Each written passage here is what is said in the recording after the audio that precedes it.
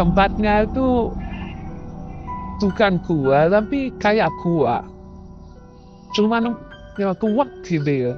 Apa ya? Kayak rongga aja. Seumpama diisi orang itu paling cukup 2 orang. Tapi aku kan sendiri Kak. Sampai di tempat itu saya duduk istirahat di situ. Sambil nunggu apa yang akan terjadi di situ. Ternyata saya nunggu hampir 3 jam di situ. Gak ada apa-apa Kang. Saya teriak-teriak lagi di situ. Bengok-bengok saya. Apu sunah Tuhan. Saya tanya gitu. Terus dia ngomong, wis, wah worono. Betul teko omahmu iki. Itu jam, sudah malam itu Kang. Engko lek awakmu ning kono nemu duit. Beneran ya? Saya keluar, saya lewat jalan setapak itu. Di jalan setapak itu banyak uang kececeran.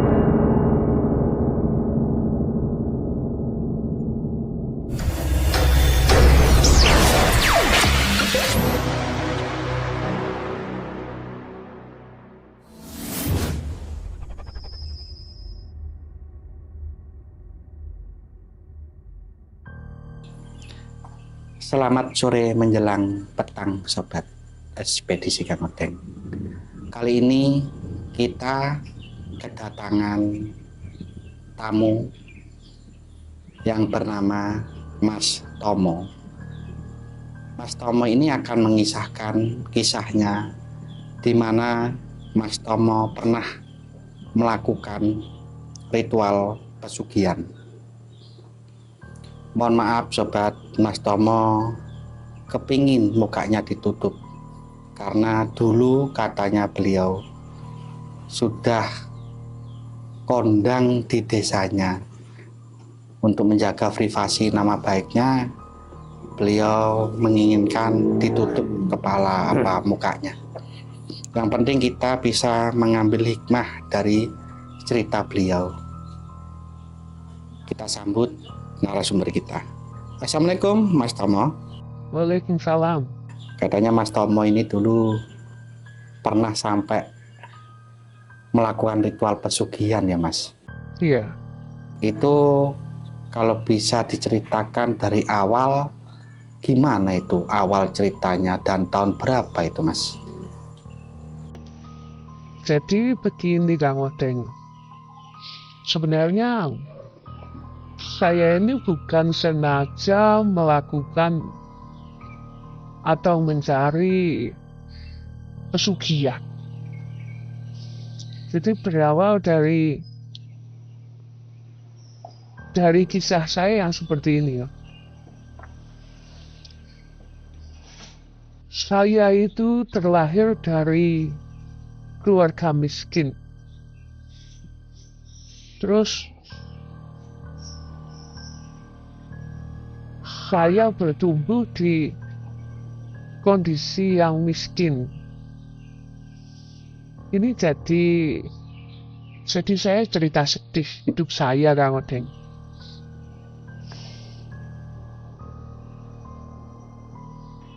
Dari kecil itu memang karena keluarga saya miskin, terus terang Kang Odeng, saya tidak pernah merasakan sekolah Kang Odeng. Jadi untuk biaya sekolah nggak ada, sehingga nggak ada bekal untuk hidup yang lebih bagus. Saya itu dulu bisanya kerja ya kalau disuruh orang.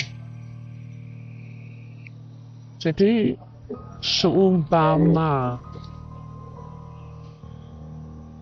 sepantaran saya itu sekolah SMP, saya ini sudah ceker, apa ya, cari pekerjaan, cari kehidupan sendiri Kang Odet.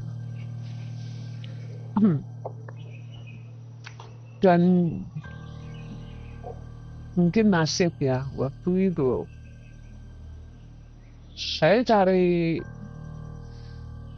uang tuh merasa sulit sekali Kang Odet. Untuk jangankan untuk jajan ya, untuk kebutuhan makan saja saya ini harus ngumpet-ngumpet gitu. Dan sehari bisa makan sekali Kang Odet. Kadang bisa nggak makan sehari itu karena sulitnya cari makan. Bukan sekedar cari uang ya, cari makan saja sedikit. Itu bertahun-tahun saya mengalami kondisi seperti itu. Saya ini apa ya, sampai sering kali ketemu sama apa hal yang membuat saya benar-benar sumpah gak karu-karuan Kang Odet. Ya sebenarnya masalah saya ini cuman masalah perut, sering kali lapar itu saja. Ya kepingin saya seperti orang-orang lain, seperti teman-teman saya bisa punya itu, bisa punya barang. Tapi apa saya ini gak bisa untuk beli, uang juga gak punya, kerja juga susah. Terus apalagi hutang gak ada yang percaya sama saya. Saya jangankan hutang uang gitu, hutang beras saja nggak dipercaya sama tetangga-tetangga, kan repot kayak saya ini. Makanya kalau urusan sengsara saya ini sudah warak, sudah akrab lah. Dulu masnya ini kerjanya apa waktu itu? Kerjanya serabutan Kang Odet. Kalau ada yang minta tolong ya kerja, kalau enggak ya enggak. Terus dulu karena saya ini jarang makan ya, badan saya itu kurus dulu Kang Odet. Sehingga semisal orang mau nyuruh kerja berat, mereka juga mungkin ya merasa rugi karena tenaga saya juga lemas. Beda dengan orang-orang yang badannya besar-besar ya. Makanya saya ini sampai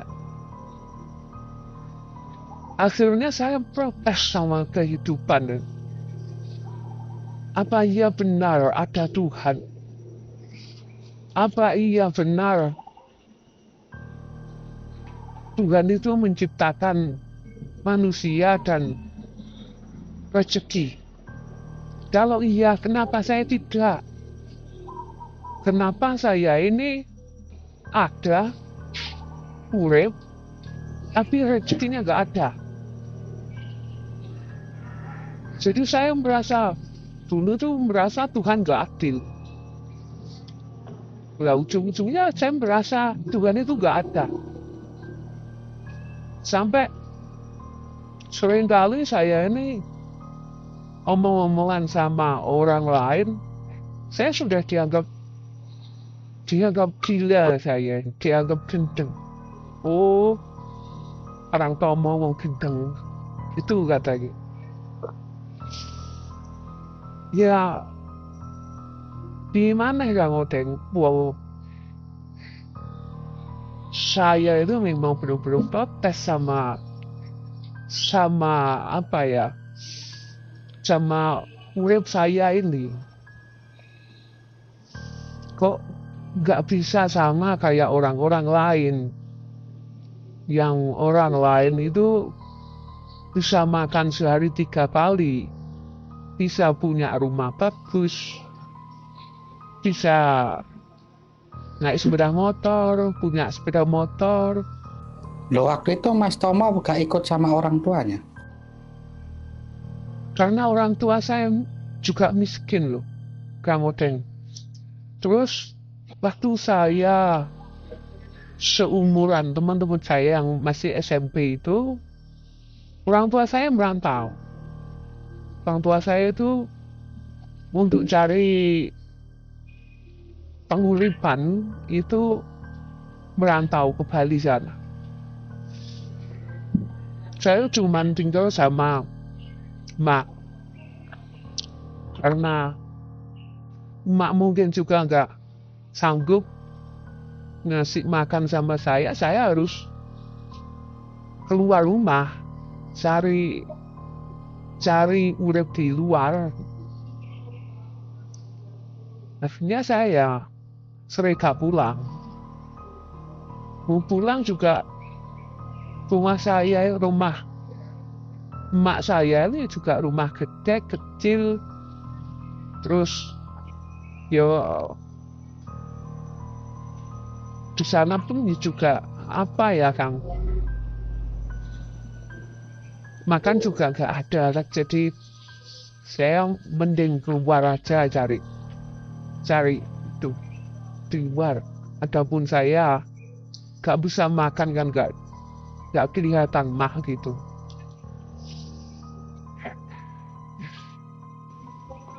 Sampai saya itu, karena saya sudah, mungkin saya ini saking sumpahnya Kang Odeng, jadi sering kelihatan ngomong sendiri.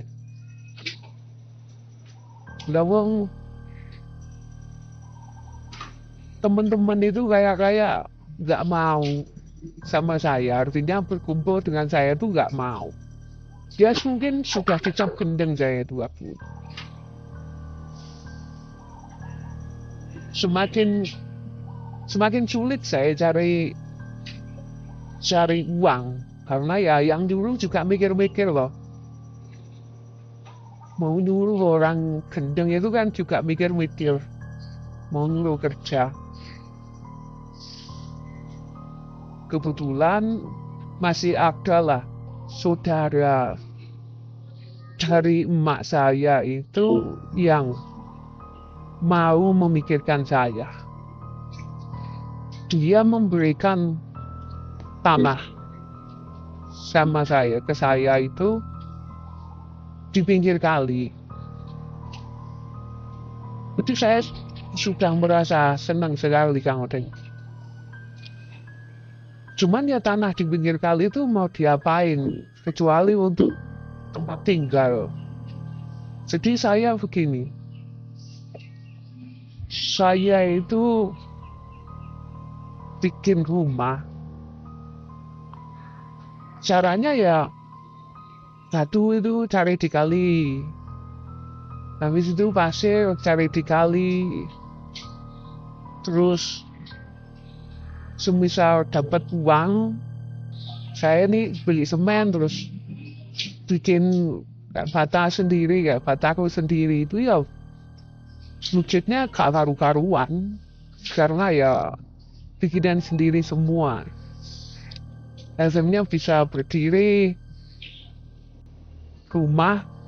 Uang saya itu bambu itu, prank itu Kang, itu duri saya di pinggir kali. Untuk atapnya itu prank saya. Tapi ya gitu, dulu sambil apa ya, gerembeng. Saya tuh setiap hari protes sama Tuhan. Kenapa aku diciptakan? Kenapa aku ada di dunia ini, tapi kok gak hasil rezeki?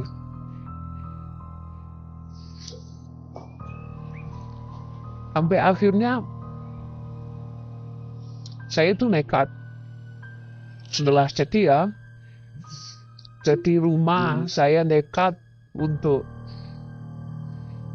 ikut orang-orang di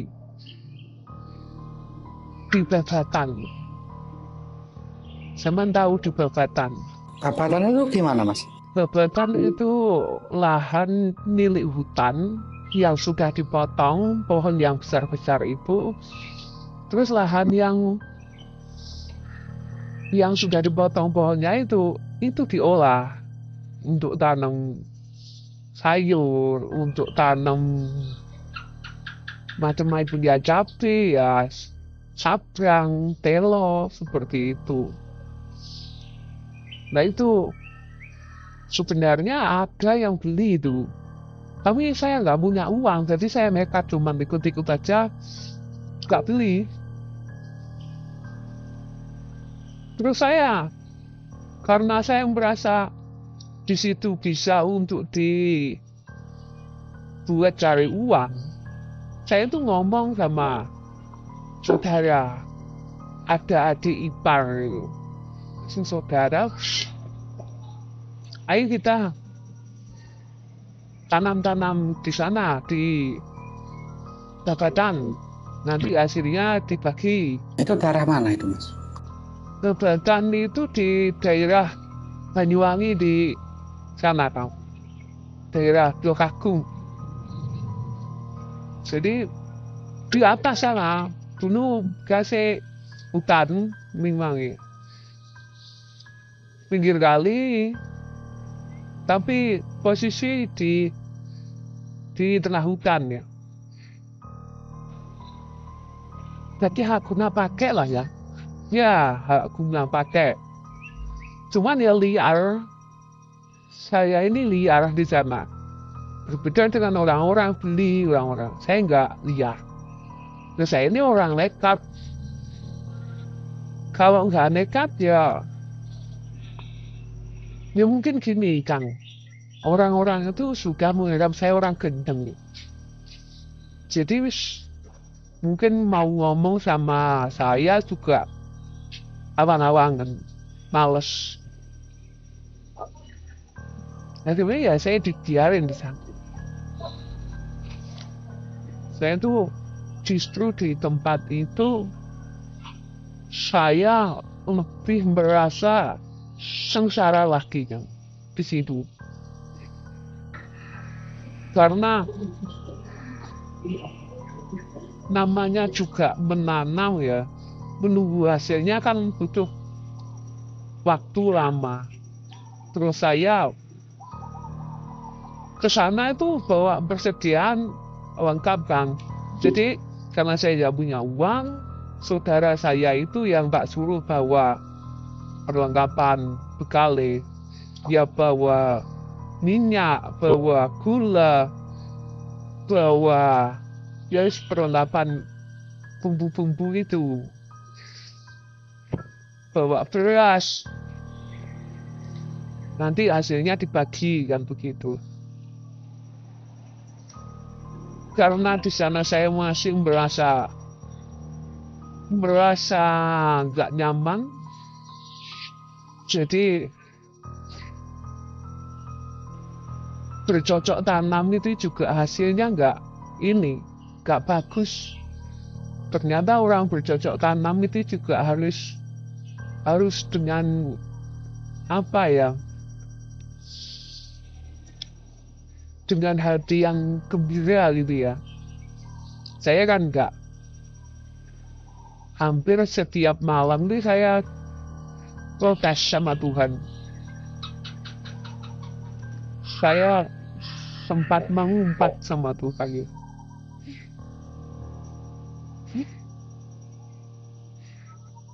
Dan saya jarang tidur kan.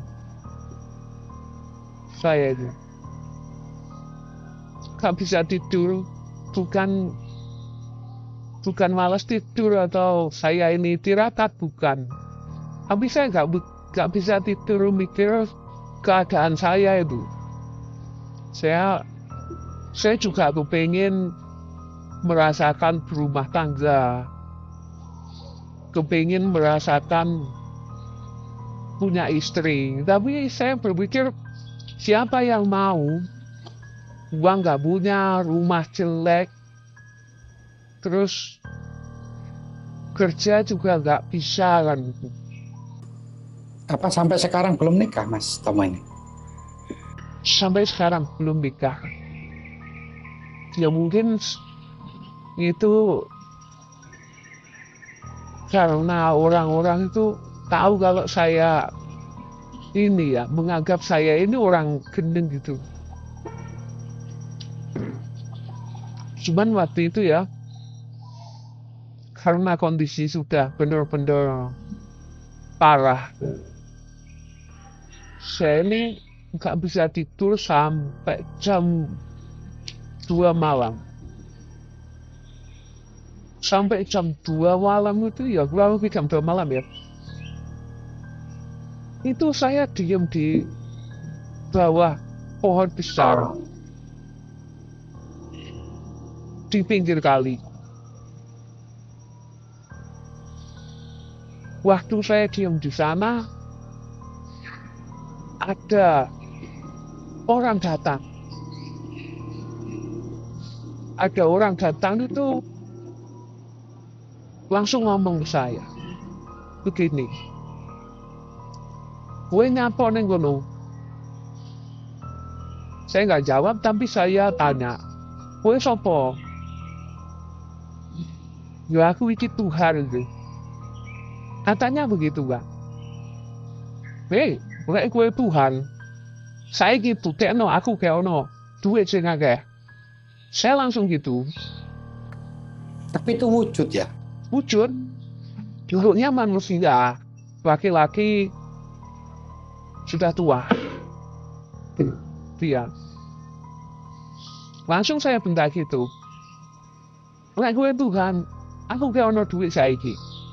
Mosok kowe nyiptakne aku seprono seprene gak tau dikei duit. Uripku soro, karo anakku gak bisa diciptakne." Saya langsung protes gitu, Bang. "Yo, kowe saiki tak dei duit, tapi manuto coroku." Katanya begitu. "Yo, aku manut. Saiki piye carane?" "Ya, aku nurut. Sekarang gimana caranya?" Saya tanya gitu. Saya bentak-bentak itu yang aku Tuhan itu. Terus dia bilang begini, "Kowe meneo wit iki sampai toko pucuk. Kamu naik pohon ini sampai di ujung, sampai di pucuknya." Langsung saya naik lah. Namanya pohon besar ya. Sebenarnya saya ini nggak cukup tangan saya untuk ngerangkul pohon itu. Ya susah dan sulit naiknya. Tapi setelah saya nyampe di bank yang pertama itu sudah agak gampang naiknya. Naik saya sampai pucuk. Setelah di pucuk gak ada apa-apa. Saya teriak langsung, "Woi Tuhan, aku sini. Aku kamu bohongi lagi." "Ora, enterono neng pucuk. Wis pokoke tandane ning kono. Delok nae." Jadi dia bilang lagi, "Enggak, wis tunggu di pucuk. Nanti ada tandanya. Tunggu saja." Ternyata paling jarak setengah jam saya di pucuk, itu ada segumpal kayak cahaya gitu. Tapi ya mungkin sebesar kelapa ya. Itu cahaya terang benderang. Setelah saya lihat, cahaya itu melesat. Saya ikutin terus. Maksudnya pandangan saya ikutin ke cahaya tadi yang melesat tadi. Karena saya kan di posisi ketinggian ya, di gunung, terus masih naik pohon, jadi kelihatan. Walaupun jauh kelihatan, cahaya itu mengarah kemana? Cahaya itu mengarah ke laut selatan.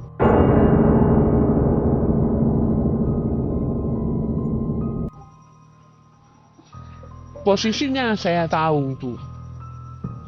Posisinya. Saya ingat benar. Terus langsung saya diteriaki lagi sama yang aku Tuhan tadi.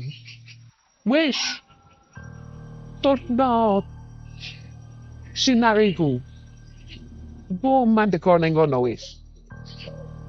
Langsung saya ini melorot dari pohon itu, melorot turun, langsung ambil tas di gubuk, langsung saya jalan ngikuti itu. Terus adik saya itu tanya, "Where neng dekan? Kamu mau kemana kak?" Bu, "Wis kue kene ae, urus sono tak duran sing neng kene. Aku tak golek duit gede. Wis kamu di sini aja, ngurusin tanaman ini. Aku tak cari uang yang lebih banyak." Saya bilang gitu maksudnya. Jadi saya langsung ngikutin sinar tadi. Jam 2 malam itu saya jalan kaki saya. Jalan kaki terus sampai ketemu siang, nyampe tempat jatuhnya sinar itu habis maghrib, sudah gelap. Tapi kok masih kelihatan bekasnya itu? Jadi gini kan, karena mungkin ya saya ini eling terus sama sinar itu ya. Di langit itu kelihatan kan, kelihatan kayak ada bekasnya mengarah kemana. Jadi saya memang nuruti itu, nuruti bekasnya sinar itu. Jadi di ingatan saya di langit itu kayak ada, sampean tahu kalau pesawat jet kayak ada bekasnya gitu, ya kayak gitu, kayak pesawat jet itu. Sampai di tempat tujuan, ternyata jatuhnya sinar itu di Sembulung kan, di Gunung Sembulung sana.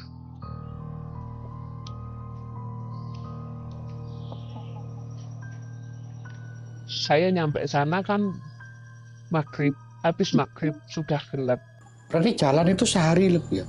Lebih ya jam 2 pagi ya sampai maghrib, sampai habis maghrib. Jalan kaki Itu jalan kaki, saya nggak punya apa-apa, jalan kaki. Jadi seharian nggak makan saya. Sebenarnya di tas saya itu ada ini Kang, sabrang. Cuman karena saya kepengen cepet nyampe, nggak mikir makan sabrang ya.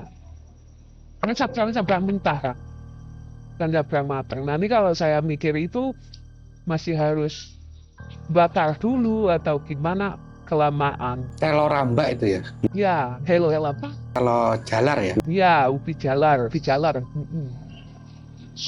Sabrang. Setelah nyampe di sana, di pinggir laut, itu kan saya tahu tanpa kelihatan jatuhnya di mana. Untuk nyampe ke tempat jatuhnya itu udah bisa. Untuk nyampe ke tempat jatuhnya itu. Jadi tepatnya itu di apa ya? Di karang-karang di pinggir apa di batuan di pinggir laut itu apa ya? Tebing ya, di tebing. Posisinya di tebing. Jadi saya untuk menuju tempat itu harus merambat lewat tebing tadi. Nah, waktu habis maghrib itu waktunya pas, airnya pas turun. Itu kalau pas airnya pasang nggak bisa ke situ. Nekat aku nekat merambat.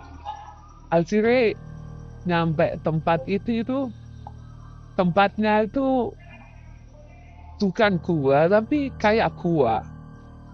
Cuman kuat gitu. Apa ya? Kayak rongga aja. Seumpama diisi orang itu paling cukup 2 orang. Tapi aku kan sendiri kan. Sampai di tempat itu saya duduk istirahat di situ. Sambil nunggu apa yang akan terjadi di situ. Ternyata saya nunggu hampir 3 jam di situ, gak ada apa-apa kan. Saya teriak lagi di situ, bengok saya. Abu sunnah Tuhan. Ternyata ada suara kan di sana kan. Habis itu langsung ada suara, wis ente mana ae. Artinya wis tunggu aja. Saya dibentak sama suara itu. Akhirnya saya diam nunggu sampai ya mungkin ya karena saya juga nggak bawa jam, nggak bawa apa, mungkin itu sekitar jam 12 atau jam 1 malam. Muncul sinar kayak yang sekelapa tadi itu muncul di hadapan saya.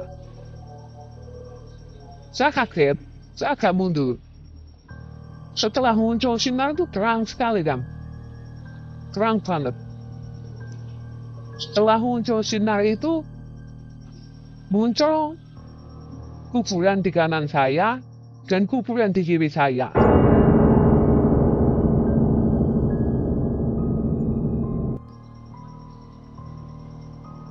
Ada masuk gak ada ya? Gak ada apa-apa awal masuk. Uang tempatnya lo sempit. Tapi setelah muncul sinar tadi, kelihatan ada kuburan di kanan saya dan di kiri saya. Dan di kuburan itu ada tulang-tulangnya, ada balung-balungnya, balung manusia. Terus saya teriak lagi, "Iki maksudnya apa Tuhan?" Saya teriak gitu. Ini apa maksudnya Tuhan? Kok saya di sini yang saya butuhkan ini uang. Kok di sini saya malah diketemukan sama kuburan, gak ada gunanya. Setelah saya selesai ngomel, itu muncul di diri saya itu makhluk berwujud manusia, tapi sebatas perut ke atas. Bawahnya gak ada apa-apa, kosong. Karena saya ini wis orang capek, orang nekat, jadi saya gak punya rasa takut sedikit, saya gak punya ya. yang muncul tadi itu langsung ngomong ke saya. Kue jauh opo le. Aku jaluk sugih. Spontan saya ngomong gitu. Lek kue jaluk sugih, tak cukupi. Tapi kue melo aku, manut aku. Yo, saya langsung bilang gitu. Tapi mendadak muncul dari kuburan sebelah kanan saya itu orang tua pakai baju putih-putih kayak baju pendetanya orang Hindu itu. Pakai baju seperti itu. Dia bilang, "Ger, ojo melok kuwi gak apik, gak becik," katanya gitu. Akhirnya dalam hati saya ini ayel-ayelan. Apa ya? Antara ikut sini sama ikut sini gitu. Terus mereka itu yang sini ngajak saya ngomong terus ke saya. Akhirnya saya kan stres kan. Akhirnya saya teriak, "Bos, melo aku kabeh." Saya teriak gitu. Sambil saya itu perasaan saya seret dua-duanya. Pulang saya bawa pulang. Dan nyampe di rumah saya sendiri yang di pinggir kali itu. Yang satu ini ngomong,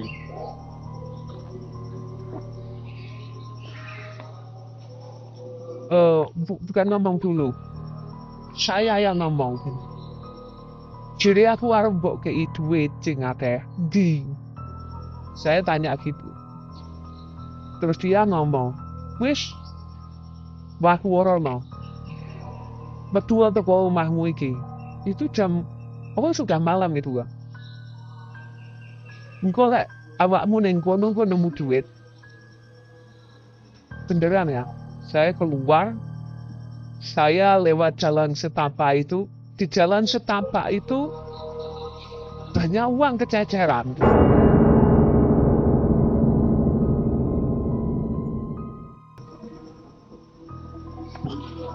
Itu saya mulai yakin sama sini. Sama yang mana itu? Sama yang setengah badan ini. Saya yakin. Karena sudah bisa memberikan. Gitu. Saya ambil uangnya. Saya kumpulkan. Banyak kan waktu itu. Uang itu. Setelah selesai mengumpulkan, yang kakek-kakek satunya ini datang ke saya. Ngomong, "Ger, kuwi ojo dicikuk, kuwi bahaya nggih awakmu pun. Kuwi engko bakal awakmu ora penak." Saya tendak. Lah, ngomong apa kowe? Kowe gak ngekei apa-apa. Iki lu wis jelas-jelas gue duit aku. Terus ngilang si kakak-kakak ini. Saya pendaki itu. Terus si yang setengah badan pun ketika saya pulang ke rumah, ini juga hilang. Yang setengah badan ini. Akhirnya uang yang saya kumpulkan tadi, saya simpan dalam tasku. Terus muncul suara di sana. Muncul suara itu bilang gini,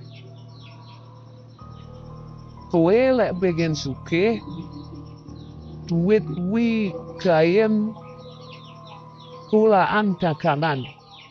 Terus dolen ning pasar." Bener kan? Artinya suara tadi bilang begini, kamu kalau kepingin kaya, uang tadi kamu bikin belanja untuk dijual lagi, untuk pulang. Karena saya ini nggak pernah pegang uang banyak. Jadi saya bingung.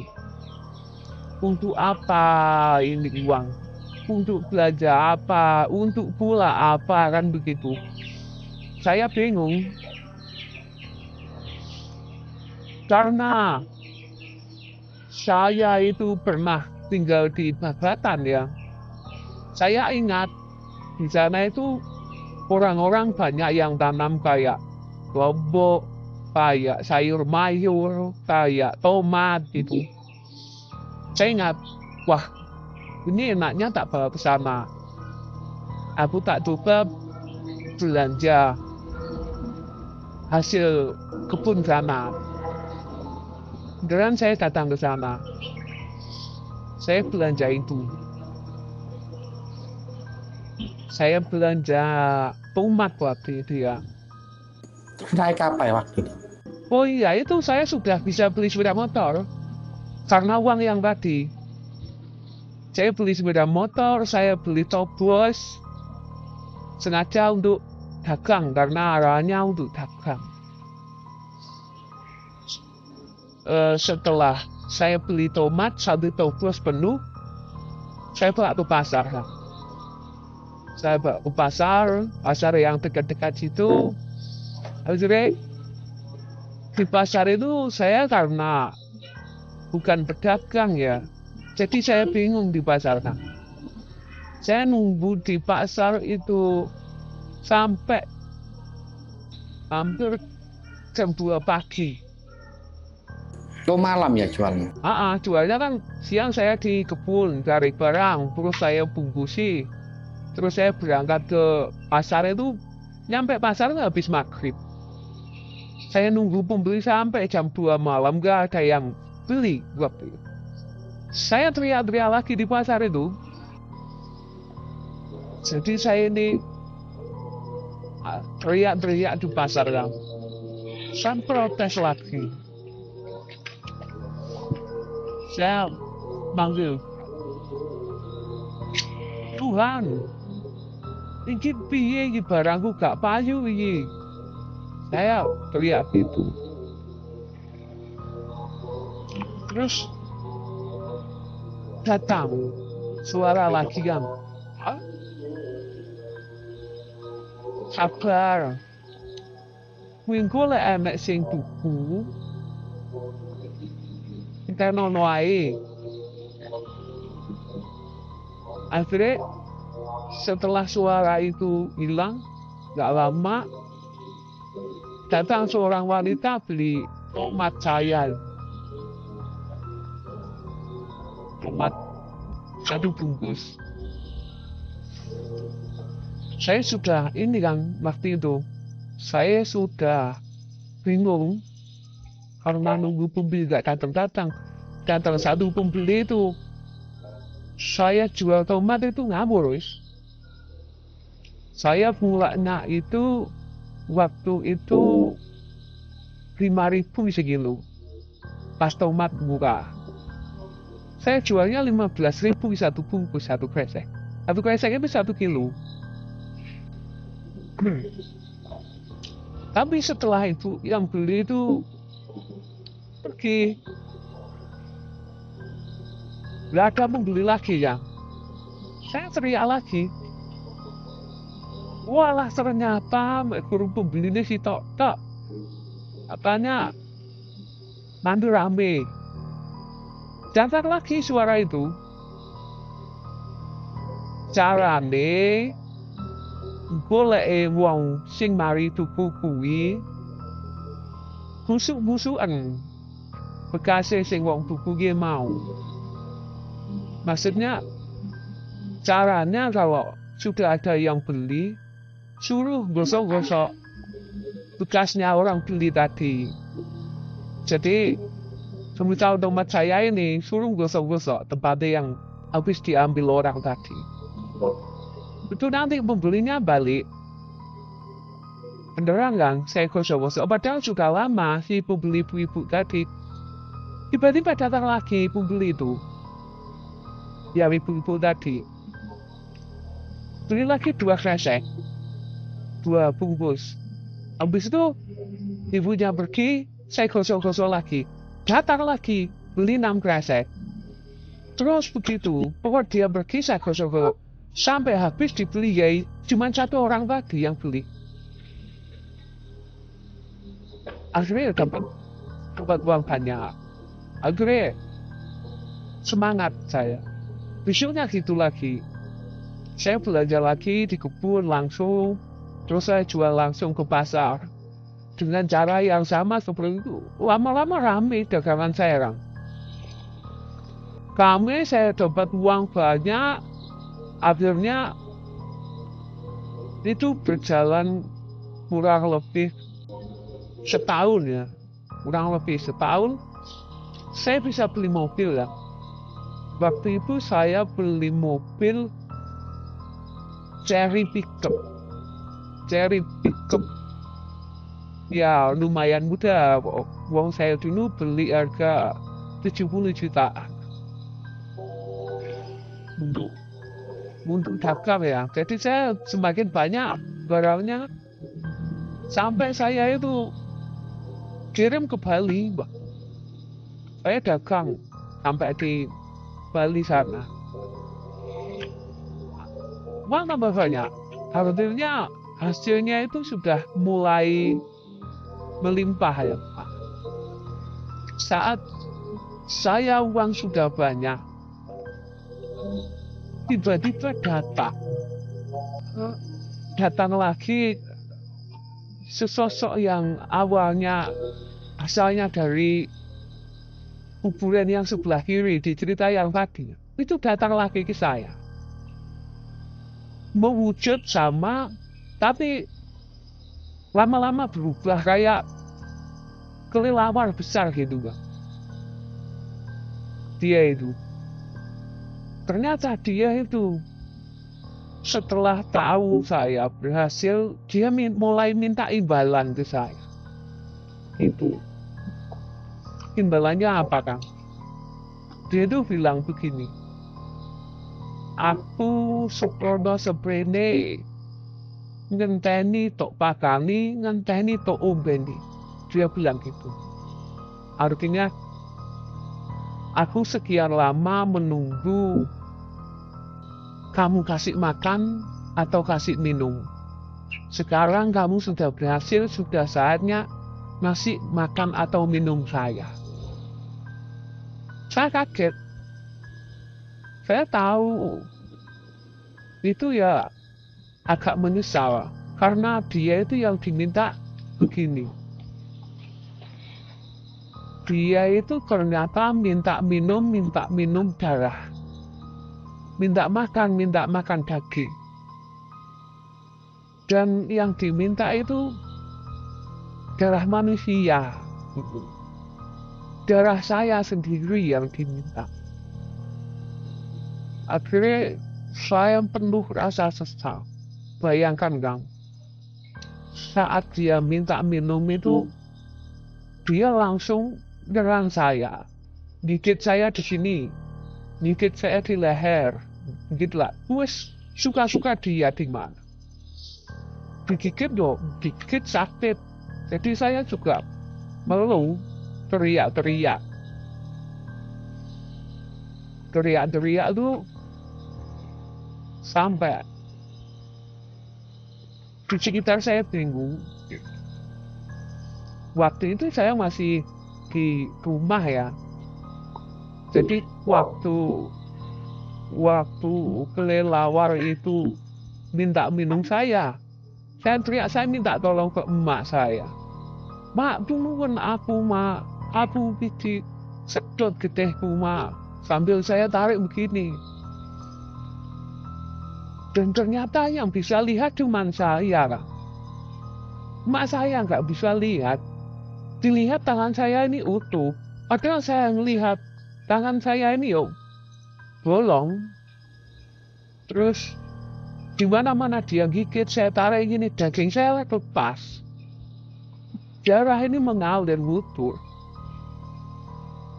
Tapi orang-orang yang dekat saya ini nggak bisa lihat. Dilihat saya ini normal, nggak ada luka, nggak ada darah gitu. Jadi mereka itu semakin menganggap saya gendeng. Mau itu gendeng tenang gitu katanya. Saya sadar, tapi juga bingung gitu. Saya ini harus minta tolong ke siapa? Sampai saya bisa bertahan itu hanya beberapa minggu kali. Baru sekitar 1 bulanan lah, Bang. Wong saya itu kondisi seperti itu masih bisa dagang ke Bali. Waktu yang parah itu ya di Bali itu. Jadi setiap kelelawar datang itu saya kayak ngajak berantem. Saya kayak ngajak gelut sama dia. Karena saya nggak terima.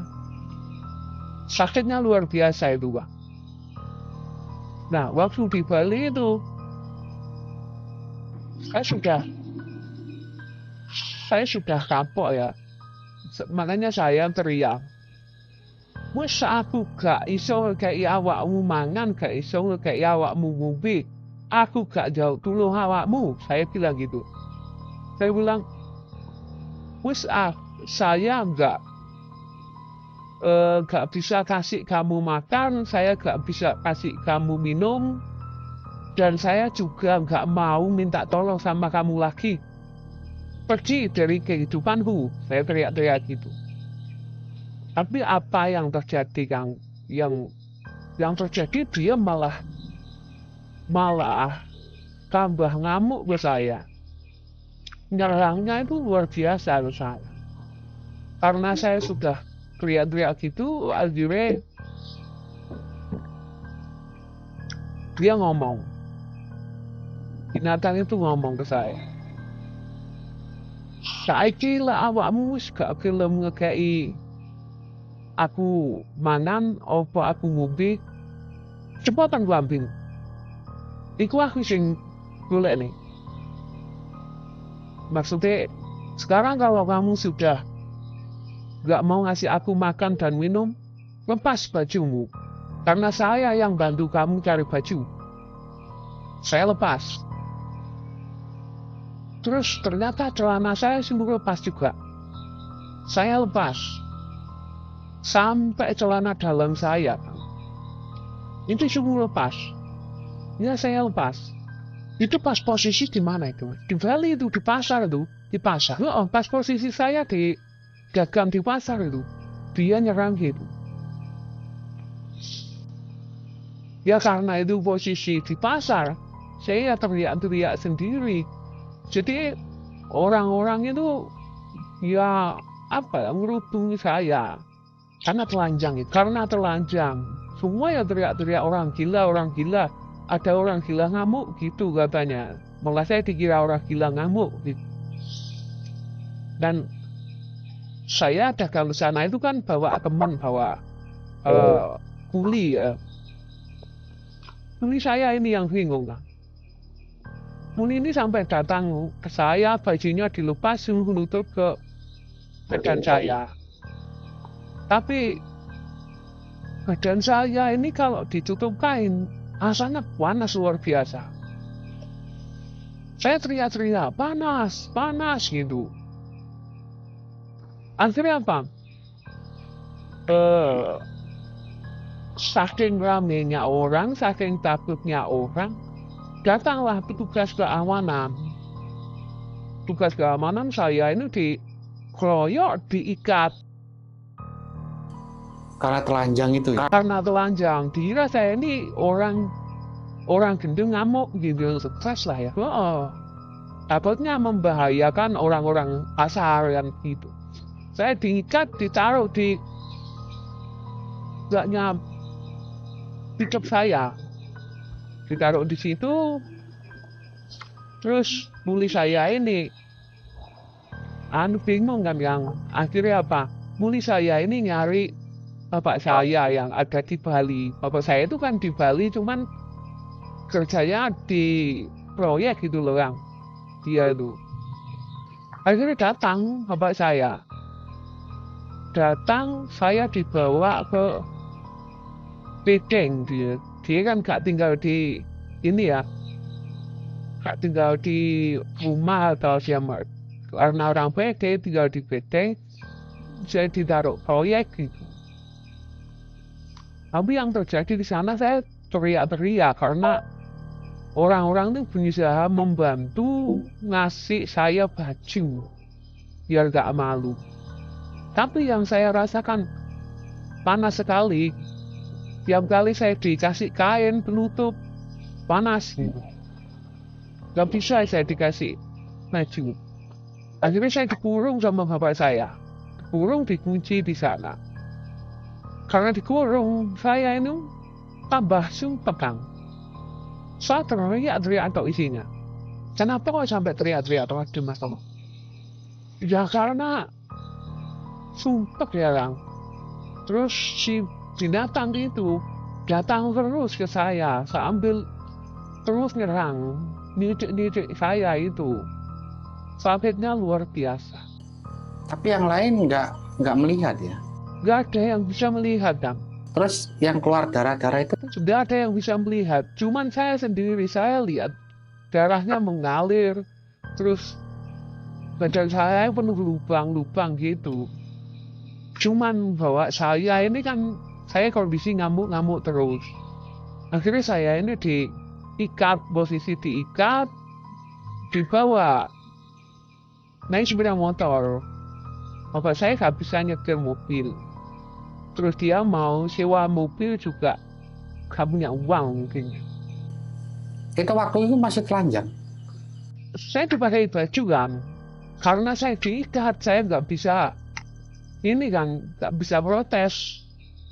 Rasanya panas luar biasa saya dipakai baju itu. Tapi posisi diikat. Akhirnya di perjalanan saking gak kuatnya saya lompat dari sepeda motor. Saya lompat dari sepeda motor, saya lari. Jadi bapak saya ini repot ngejar saya. Bapak saya ini ngejar naik sepeda motor dari belakang, saya lari. Terus sampai lari. Bayangin ya, saya lari itu sampai di pelabuhan. Nah, ternyata di pelabuhan banyak petugas keamanan. Saya ditangkap lagi di sana. Ditangkap lagi, bapak saya datang di belakang saya. Langsung diajak omong, bapak saya berkeluh kesah. Akhirnya bapak saya ini dibantu sama petugas keamanan. Dibantu untuk mengirimkan saya sampai di rumah. Ya, setelah sampai di rumah, bapak saya itu ada yang bilangi kalau di Banyuwangi ini ada yang bisa bantu Pak Kiai. Nggak saya sebutkan namanya ya. Saya dibawa ke sana. Setelah nyampe di Pak Kiai, saya ngelawan. Karena saya ada pengaruh dari itu ya, dari binatang. Binatangnya ngelawan Pak Kiai, saya juga ngelawan Pak Kiai. Keramnya geger sama Pak Kiai. Tapi Pak Kiai itu tahu. Kalau Pak Kiainya itu tahu kalau badan saya banyak luka. Kelihatan, bisa lihat. Akhirnya saya ditunggu sampai benar-benar agak reda. Di pagi hari itu saya ditelanjangin memang, nggak pakai baju. Bisa ditaruh di tempat khusus. Saya nggak dikasih baju, terus ditunggu sampai saya ini tenang. Setelah saya tenang, baru Pak Kiai ini mulai proses penyembuhan ke saya. Proses penyembuhan itu ya sekitar hampir 2 bulan paling. sampai akhirnya berangsur-angsur saya sembuh. Masya Allah. Ya itulah sobat, kisah dari saudara kita Mas Tomo. Moga-moga video ini bisa jadi hikmah apa pelajaran kita. Makanya kalau kita mau melakukan apapun bentuk jenisnya, dipikir dulu, jangan pakai hawa nafsu. Ya nikmati yang kita punya, apapun yang terjadi mungkin itulah nanti di belakangnya pasti ada hikmah dari Allah. Allah itu maha tahu mana yang terbaik bagi hambanya. Makanya kalau bisa mau melakukan apapun itu jangan pakai hawa nafsu, pakai kolbu kita apa pakai hati kita. Kalau pakai hawa nafsu takutnya nanti diarahkan setan lah, kayak gitulah. Ya terima kasih Mas Tomo atas waktunya sudah mau mengisahkan di channel kita. Saya sendiri sebagai Kang Odeng saya ucapkan banyak terima kasih. Kita tutup dulu Mas ya. Assalamualaikum warahmatullahi wabarakatuh. Waalaikumsalam.